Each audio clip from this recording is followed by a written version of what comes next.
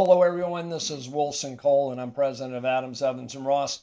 And I want to talk to you today about bankruptcy and from a collection standpoint, what that means, and from a secured creditor standpoint and unsecured creditor standpoint, what that means. And keep a lookout in your email box or either on this. I know we're going to be doing a secured creditor webinar on what you need to do with some of our staff attorneys or one of our staff attorneys in the coming weeks. If you want to make sure that you get a free invite and the webinar is absolutely free going forward, just put it in the instant message. Have us send you a link to that webinar. Just request it and we'll get it to you. But let me kind of give you an overview of bankruptcy from a collection standpoint. When a company comes in for collections, we can legally reach out to them, contact them, everything along those lines. Once a company files bankruptcy,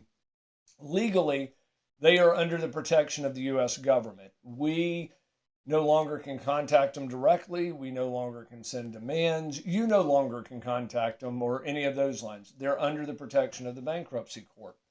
And the bankruptcy court kind of goes through it and says, okay, what assets do they have? Who do they owe? And they prioritize bills. As a general rule, they'll prioritize a bill by unsecured or secured creditor and who's in first place, second place, and things along those lines.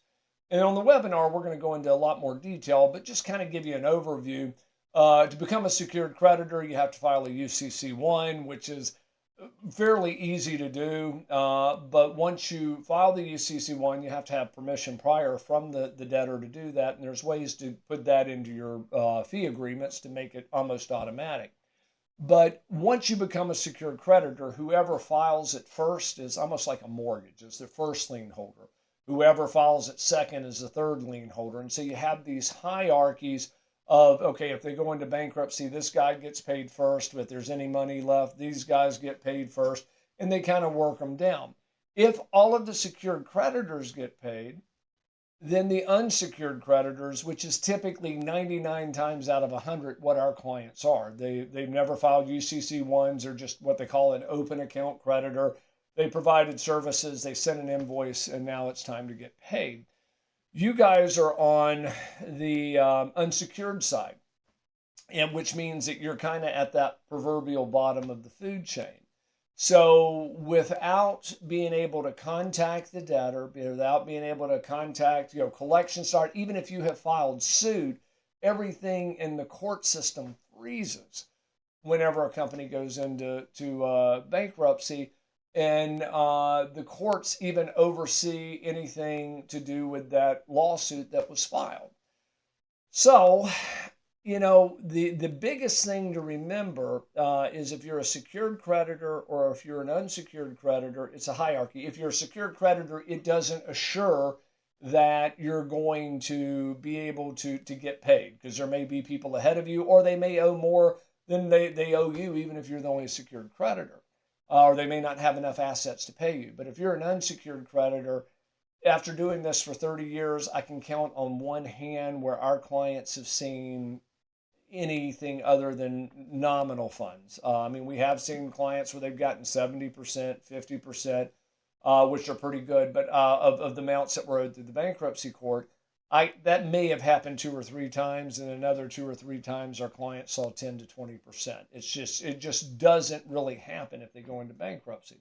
So you want to make sure on bigger balances that you're a secured creditor, but you also want to make sure that you understand that if they file bankruptcy, you no longer can contact them. You can't reach out to the principals of that company, and this sounds like semantics, but I have a lot of clients say, well, I know where he lives. Okay, well, you dealt with the corporation. You didn't have a personal guarantee, so you can't go after him. Now, if you had a personal guarantee, you could sue that individual, the owner, and go after him on a separate track if he didn't file bankruptcy, if just the company filed bankruptcy. And we do run into that on occasion.